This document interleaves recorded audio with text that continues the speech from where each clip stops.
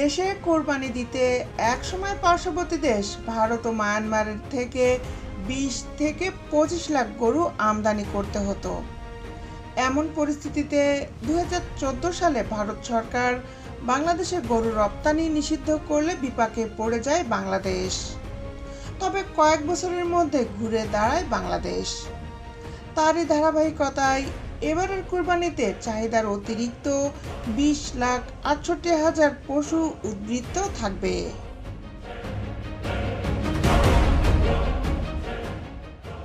বিস্তারিত নিয়ে আপনাদের সাথে আছি আমি শামীমা সুলতানা।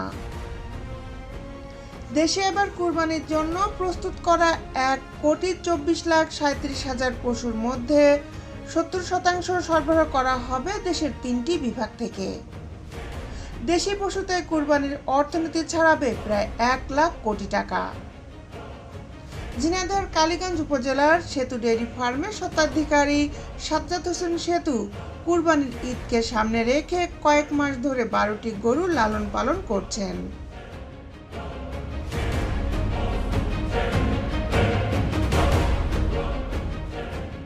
আর এখন কোরবানির ঈদে বাকি 6টি গরুর প্রস্তুতি নিচ্ছেন তিনি।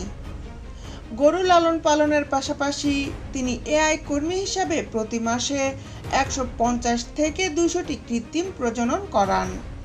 তার এই কার্যক্রমের মাধ্যমে এলাকায় গরু লালন পালনে যথেষ্ট স্বাবলম্বী হয়ে উঠছেন স্থানীয় তরুণ ও নারীরা। ওই অঞ্চলে আনুমানিক 2.5 মণ ওজনের প্রতিটি গরু 80 থেকে 95 হাজার টাকায় বেচাকেনা হচ্ছে। আর একটু বড় আকারের আনুমানিক 5 মণ ওজনের গরু বিক্রি হচ্ছে 1,70,000 থেকে 2 লাখ টাকায়। মাঝারি আকারের গরুর দাম এখনো বেশ ভালো পাওয়া যাচ্ছে। তবে আগামী কয়েকদিন পর হয়তো গরুর দাম আর একটু সহনীয় হতে পারে।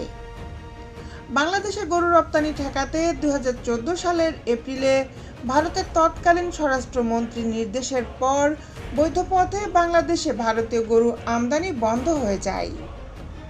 বাংলাদেশে গরু রপ্তানি বন্ধের আগে 2013 সালে ভারত থেকে আমদানি করা হয়েছিল 23 লাখ।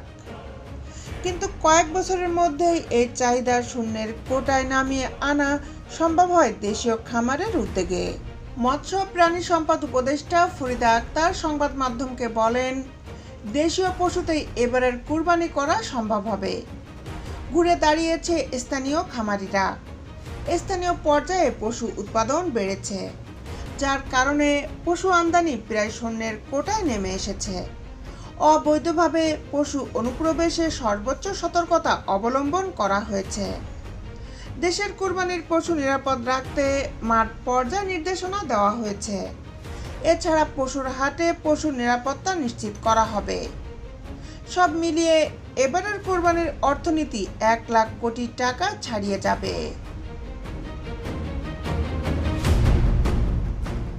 দেশ বিদেশের আপডেট নিউজ পেতে আমাদের সাথেই থাকুন। Justice television, Dhaka.